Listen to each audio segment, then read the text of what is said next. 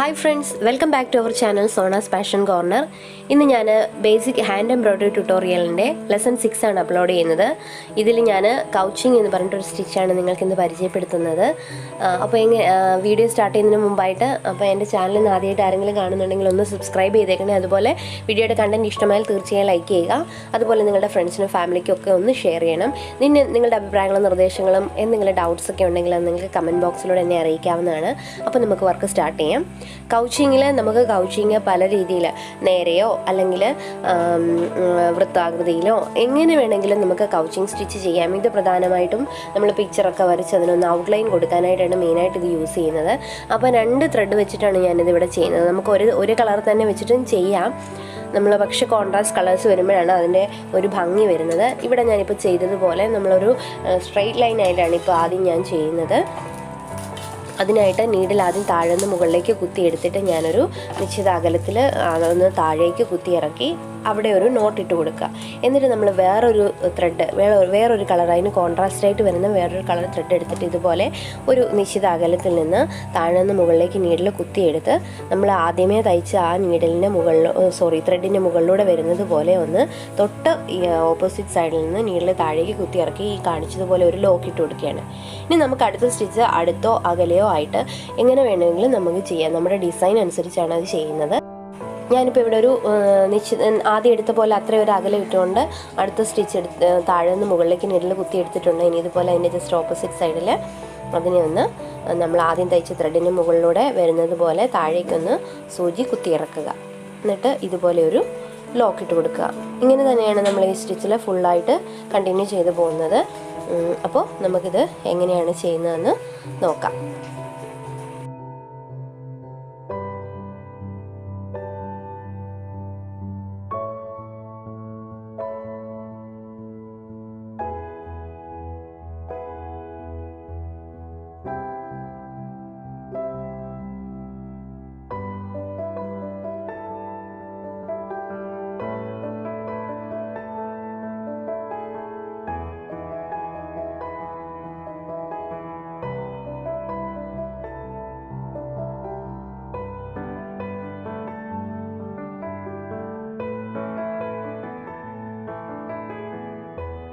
ഇനി ഇത് എൻഡ് പാർട്ടാകുമ്പോഴത്തേനും ഇതുപോലെ ലാസ്റ്റ് നമ്മൾ ചെയ്ത ത്രെഡ് കൗച്ച് ചെയ്യാൻ യൂസ് ചെയ്ത ത്രെഡ് താഴേക്ക് ഇതുപോലെ കുത്തി ഇറക്കിയതിന് ശേഷം അവിടെ ഒരു നോട്ട് ഇട്ട് കൊടുക്കുകയാണ് ചെയ്യുന്നത്. അങ്ങനെയാണ് നമ്മളിത് എൻഡ് ചെയ്യുന്നത്.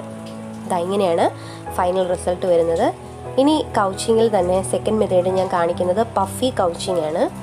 ഇതിൽ ആദ്യത്തേതിൽ നിന്ന് വ്യത്യസ്തമായിട്ട് ഞാനിപ്പോൾ എടുത്തിരിക്കുന്ന ഈ ത്രെഡ് 12 സ്ട്രാൻഡ്സിലാണ് എടുത്തത്. ആദ്യം ചെയ്തതിൽ 2 ത്രെഡ് ഞാൻ 6 സ്ട്രാൻഡ്സ് വീതമായിരുന്നു എടുത്തത്. ഇവിടെ 12 സ്ട്രാൻഡ്സിലാണ് ത്രെഡ് എടുത്തിട്ടുള്ളത്. നമ്മൾ കൗച്ച് ചെയ്യാനായിട്ട് യൂസ് ചെയ്ത ഇപ്പോൾ എടുത്തിരിക്കുന്ന ആ ത്രെഡ് 6 സ്ട്രാൻഡ്സിൽ തന്നെയാണ് എടുത്തിരിക്കുന്നത്. ഇനി ഇതുപോലെ ആദ്യം ചെയ്തതുപോലെ തന്നെ നമ്മൾ ഒരു നിശ്ചിത അകലത്തിൽ നിന്ന് നീഡിൽ താഴെ നിന്ന് മുകളിലേക്ക് കുത്തിയെടുത്ത് ഇതുപോലെ ലോക്ക് ഇട്ട് കൊടുത്തു. ഇനി നമ്മൾ ചെയ്യുന്നത് ഇപ്പോൾ ഞാൻ കാണിക്കുന്നത് പോലെ നമ്മൾ ആദ്യം ചെയ്ത നൂലിനെ ഒന്ന് വിടർത്തി അതിനെ ഒന്ന് പഫി ആയിട്ട് അതൊന്ന് പൊങ്ങി നിൽക്കണം. അതിനുവേണ്ടിയാണ്. അപ്പോൾ ഒരു തിക്നെസ് തോന്നാൻ വേണ്ടിയാണ് നമ്മൾ അതിൻ്റെ ത്രെഡിൻ്റെ എണ്ണം കൂട്ടിയെടുക്കുന്നത്. ഇതുപോലെ ഒന്ന് ഒരു പഫ് ക്രിയേറ്റ് ചെയ്ത് കൊടുക്കുക. ഇങ്ങനെ ഒന്നൊരു പഫ് ചെയ്തിട്ട് വീണ്ടും നമ്മൾ ആദ്യം എടുത്ത അതേ ഒരു അകലത്തിൽ അടുത്ത് സ്റ്റിച്ച് ചെയ്യുകയാണ്. താഴെ നിന്ന് മുകളിലേക്ക് നീഡിൽ കുത്തി എടുക്കുക. എന്നിട്ട് ത്രെഡിൻ്റെ മുകളിലൂടെ വരുന്നത് പോലെ ഇതുപോലെ അതിൻ്റെ തൊട്ടടുത്ത് തന്നെയായിട്ട് താഴേക്ക് നീഡിൽ കുത്തി ഇറക്കി കൊടുക്കുക.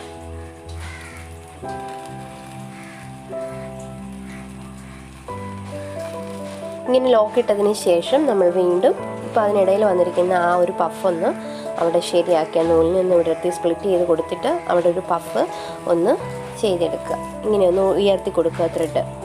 ഉണ്ടോ? അതാണ് ആദ്യത്തേത് സ്റ്റിച്ചിൽ നിന്നുള്ളതിനുള്ള വ്യത്യാസം. അപ്പോൾ ആ പഫ് ഒന്ന് നന്നായിട്ട് നിൽക്കാൻ വേണ്ടിയാണ് നമ്മൾ ആ ത്രെഡിൻ്റെ ഡാർക്ക് ബ്ലൂ കളറിലുള്ള ത്രെഡിൻ്റെ എണ്ണം കൂട്ടിയെടുത്തിരിക്കുന്നത്. അത് 12 സ്ട്രാൻഡ്സിലും നമ്മൾ വർക്ക് ചെയ്യുന്ന ത്രെഡ് ലൈറ്റ് ബ്ലൂ കളറിലേത് 6 സ്ട്രാൻഡ്സിൽ തന്നെയാണ് എടുത്തിട്ടുള്ളത്. ഈ ഒരു മെത്തേഡിൽ തന്നെ നമ്മൾ ത്രൂ ഔട്ട് കണ്ടിന്യൂ ചെയ്ത് പോവുകയാണ് ചെയ്യുന്നത്. കണ്ടോ? ഇതുപോലെ. ഇപ്പം നമുക്കിത് എങ്ങനെയാണ് വരുന്നതെന്ന് കണ്ടു നോക്കാം.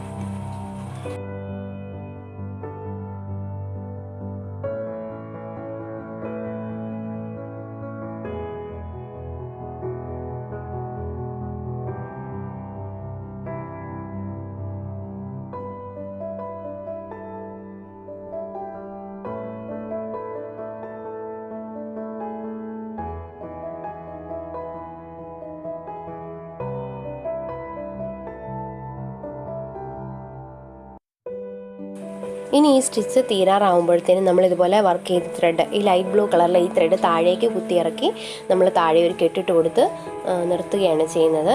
കണ്ടോ, പഫെല്ലാം നമ്മൾ കറക്റ്റായിട്ട് ആ ഒരു അയച്ചയച്ച് വേണം, നമ്മൾ ഒത്തിരി ടൈറ്റ് ചെയ്ത് വലിക്കില്ല. അതുപോലെ ഈ ത്രെഡ് നമ്മൾ നടുക്ക് യൂസ് ചെയ്ത ആ മെയിൻ ത്രെഡ് 12 സ്ട്രാൻഡ്സിലെടുത്ത ത്രെഡും അതുപോലെ ആദ്യമൊക്കെ എടുത്ത ആ ഒരു അകലം കണ്ട് തന്നെ അടുത്തൊരു പോയിന്റിലേക്ക് കുത്തി താഴേക്ക് ഇറക്കുക. എന്നിട്ട് ആ നൂലും താഴെ ഒരു കെട്ടിട്ട് കൊടുത്ത് അതിനെ അങ്ങനെയാണ് ഈ സ്റ്റിച്ച് എൻഡ് ചെയ്യുന്നത്.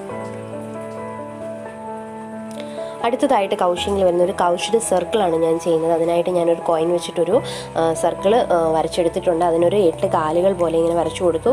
എന്നിട്ട് അതിൻ്റെ നടുക്ക് തന്നെ ഒരു ചെറിയ റൗണ്ടൂടെ കൊടുത്തിട്ടുണ്ട്. നമുക്ക് നടുക്ക് എന്തെങ്കിലും നമ്മൾ വർക്കൊക്കെ ചെയ്യുമ്പോൾ അതിന് നടുക്ക് സ്റ്റോണോ ബീഡോ എന്തെങ്കിലും വെച്ചിട്ട് നമുക്കതിന് ഡിസൈൻ ചെയ്യാം.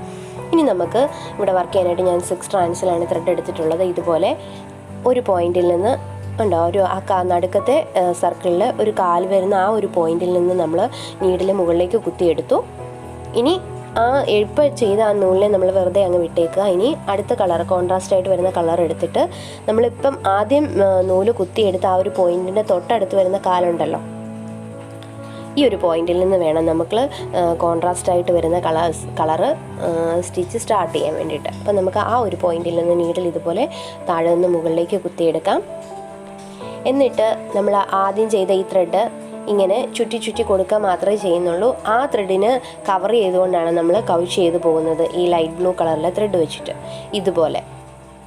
ഇനി ലെഫ്റ്റ് ഹാൻഡിൽ നമ്മൾ ആ ഡാർക്ക് ബ്ലൂ ത്രെഡ് ഒന്ന് മുറുക്കെ പിടിച്ചിട്ട് നമ്മൾ അതിനെ കവർ ചെയ്ത് വരുന്നത് പോലെ ഒന്ന് കൗച്ച് ചെയ്ത് കൊടുക്കുകയാണ് ചെയ്യുന്നത്, കൗച്ചിങ് സ്റ്റിച്ച് ചെയ്ത് കൊടുക്കുകയാണ് ചെയ്യുന്നത്. ഇതുപോലെ ഒരു ലോക്ക് ഇട്ട് കൊടുക്കുന്നു. ഇനി നമ്മൾ ലെഫ്റ്റ് ഹാൻഡിൽ ഇടത് കയ്യിൽ പിടിച്ചിരിക്കുന്ന ആ നൂലിനൊന്ന് മുകളിലേക്ക് ആക്കി കൊടുത്തിട്ട് അടുത്ത പോയിന്റിൽ ഉണ്ടോ, ആദ്യം എടുത്തതിൻ്റെ തൊട്ടടുത്ത് വരുന്ന ആ ഒരു പോയിന്റിൽ നിന്ന് നമ്മൾ നീഡിൽ കുത്തി മുകളിലേക്ക് എടുക്കുന്നു. വീണ്ടും ഇതുപോലെ കവർ ചെയ്തൊന്ന് തയ്ച്ചു. വീണ്ടും അടുത്ത പോയിന്റിൽ ഇതുപോലെ കുത്തി മുകളിലേക്ക് എടുക്കുക. ഇടത് കയ്യിൽ പിടിച്ചിരിക്കുന്ന നൂലിനെ വലിച്ചു പിടിച്ചുകൊണ്ട് അതിനെ മുകളിലൂടെ നമ്മളതിനെ ലോക്ക് ചെയ്ത് കൊടുക്കുക. ലോക്ക് ചെയ്ത് തൊട്ടടുത്ത പോയിന്റിലേക്ക് നീഡിൽ കുത്തി താഴ്ത്തി ഇറക്കുക. നമ്മളിവിടെ ഓരോ 8 കാലുകൾ പോലെ ഇങ്ങനെ വരച്ചു കൊടുത്തിട്ടുണ്ടല്ലോ, ആ ഓരോ അടുത്തടുത്ത് വരുന്ന ഓരോ കാലുകളിലും നമ്മളിതുപോലെ തൊട്ടടുത്തടുത്ത് കുത്തിയെടുത്താണ് ഇതിങ്ങനെ തന്നെ കണ്ടിന്യൂ ചെയ്ത് പോവുകയാണ് ചെയ്യുന്നത്. കണ്ടോ, ഇനി അടുത്ത ഈ വരുന്ന ഒരു പോയിന്റിൽ കുത്തി മുകളിലേക്ക് എടുക്കുക. എന്നിട്ട് ആദ്യത്തെ ത്രെഡിൻ്റെ മുകളിലൂടെ വരുന്നത് പോലെ മുകളിലൂടെ വന്ന് തൊട്ടടുത്ത പോയിന്റിൽ നീഡിനെ കുത്തി താഴേക്ക് ഇറക്കി അതിനെ ഒന്ന് ലോക്ക് ചെയ്യുക. വീണ്ടും തൊട്ടടുത്ത് കാണുന്ന പോയിന്റിൽ തന്നെയാണ് നമ്മൾ ചെയ്യുന്നത്, ഇടവിട്ടൊന്നുമല്ല. അടുത്തടുത്ത് വരുന്ന കാലുകളിൽ അടുത്തടുത്ത് വരുന്ന പോയിന്റിൽ തന്നെ കണ്ടോ, തൊട്ടടുത്ത് വരുന്ന പോയിന്റിൽ ഇനി നമ്മൾ നീഡിൽ കുത്തി മുകളിലേക്ക് എടുക്കുന്നു.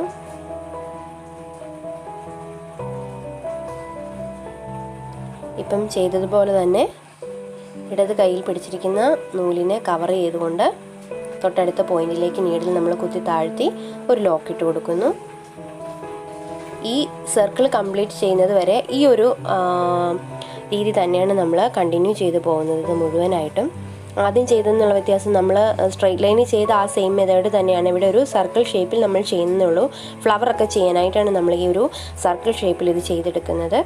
ഇതിന് നടുക്ക് നമ്മൾ ഫ്രീ ആയിട്ട് വിട്ടിരിക്കുന്ന സ്പേസിലൊരു ത്രെഡോ അല്ലെങ്കിൽ നമുക്ക് ഫ്രഞ്ച് നോട്ടോ ഒക്കെ വെച്ചിട്ട് നമുക്ക് അവിടെ ഒന്ന് ഡിസൈൻ ചെയ്യാം അതിൻ്റെ നടുക്ക് ഭാഗം. അപ്പോൾ ഈ ഒരു രീതിയിൽ തന്നെയാണ് ഈ കംപ്ലീറ്റ് സർക്കിൾ ഫില്ലാവുന്നത് വരെ നമ്മൾ ഇത് തന്നെയാണ് തുടർന്ന് പോകുന്നത്.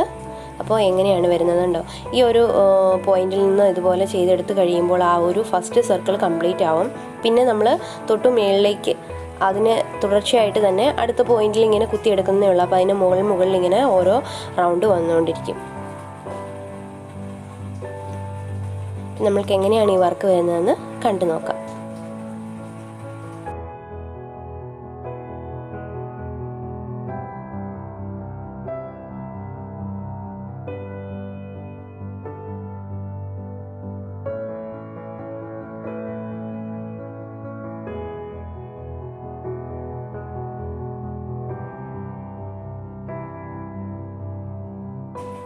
കണ്ടോ, ഇപ്പോൾ ഇവിടെ ഒരു സർക്കിൾ കംപ്ലീറ്റ് ആയിട്ടുണ്ട്. ഇനി നമ്മൾ അതിൻ്റെ തുടർച്ചയായിട്ട് തന്നെയാണ് നമ്മളിപ്പോൾ അടുത്തൊരു പോയിന്റിൽ അതിന് തൊട്ട് മുകളിലായിട്ട് വരുമെന്നേ ഉള്ളൂ. അതിൻ്റെ തുടർച്ചയായിട്ട് തന്നെ അതിൻ്റെ തൊട്ട് മുകളിലായിട്ട് അടുത്ത പോയിന്റിൽ നീഡിൽ മുകളിലേക്ക് കുത്തിയെടുത്തു. എന്നിട്ട് ഇതുപോലെ മെയിൻ ത്രെഡിനെ ഒന്ന് അതിനെ ചുറ്റി കൊടുക്കുന്നതേ ഉള്ളൂ. കണ്ടോ, തൊട്ടടുത്തൊരു പോയിന്റിൽ തന്നെ നമ്മളിപ്പോൾ നീഡിൽ മുകളിലേക്ക് താഴെ നിന്ന് മുകളിലേക്ക് കുത്തിയെടുക്കും.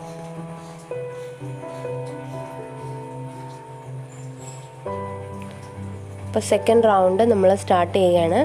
കണ്ടോ, ഇതുപോലെ ആദ്യം ചെയ്തതുപോലെ ഈ ത്രെഡിനെ കവർ ചെയ്തുകൊണ്ട് തൊട്ടടുത്ത പോയിന്റിലേക്ക് നമ്മൾ ഒന്ന് കൗച്ച് ചെയ്ത് സ്റ്റിച്ച് ചെയ്യാണ് ചെയ്യുന്നത്. അതിനൊരു ലോക്ക് ഇട്ട് കൊടുക്കുകയാണ്.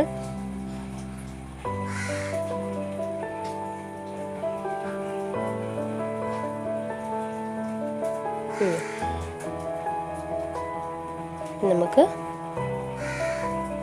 ഇതെങ്ങനെയാണ് വരുന്നതെന്ന് കണ്ടു നോക്കാം.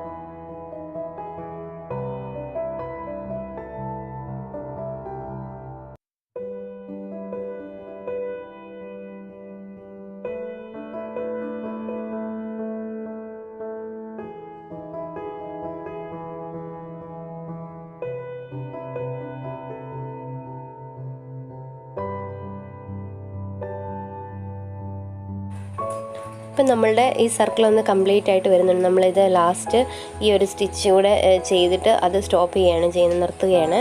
അപ്പോൾ ഇതുപോലെ ആദ്യത്തെ ത്രെഡിൻ്റെ മുകളിലൂടെ കവർ ചെയ്ത് വരുന്നത് പോലെ ഈ വർക്കിംഗ് ത്രെഡ്, കൗച്ച് ചെയ്യുന്ന ത്രെഡ് നമ്മളൊന്ന് കുത്തി താഴോട്ട് ഇറക്കി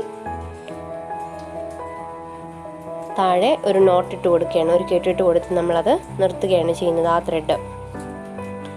ഇനി നമ്മൾ ചുറ്റി കൊടുത്തുകൊണ്ടിരുന്ന ഈ ത്രെഡ് ഉണ്ടല്ലോ, അതും ഇതുപോലെ തന്നെ അടുത്തൊരു പോയിന്റിലേക്ക് നമ്മൾ കുത്തി ഒന്ന് താഴോട്ട് ഇറക്കി കൊടുത്ത് അതും താഴെ ഒരു കെട്ടിട്ട് കൊടുത്ത് നമ്മൾ സ്റ്റോപ്പ് ചെയ്യുകയാണ് ചെയ്യുന്നത്. അങ്ങനെയാണ് ഇത് ഫിനിഷ് ചെയ്യുന്നത്.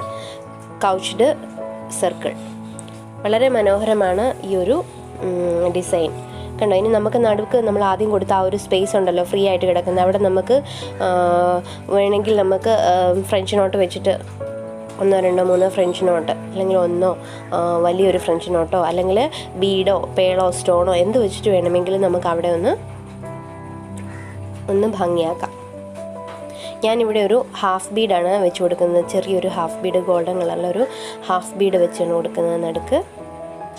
വൈറ്റ് കളറിലെ ത്രെഡാണ് നമ്മൾ എടുത്തിരിക്കുന്ന തുണി, വൈറ്റ് കളറിലായതുകൊണ്ട് ഞാനൊരു വൈറ്റ് കളർ ത്രെഡ് തന്നെയാണ് യൂസ് ചെയ്തിരിക്കുന്നത്. പിന്നെ ഇത് ചെയ്യാനായിട്ട് മുത്തുകളൊക്കെ ഈസി ആയിട്ട് കടന്നു പോകുന്നത് പോലെയുള്ള വീതി കുറഞ്ഞ ചെറിയ നീഡിലാണ് എടുത്തിട്ടുള്ളത്. അപ്പോൾ ഈ വർക്ക് വളരെ മനോഹരമാണ് കാണാൻ. അപ്പോൾ വീഡിയോ ഇഷ്ടമെങ്കിൽ എല്ലാവരും ലൈക്ക് ചെയ്യുക. അടുത്തൊരു വീഡിയോയിൽ കാണുന്നവരേക്കും ടേക്ക് കെയർ, ബൈ.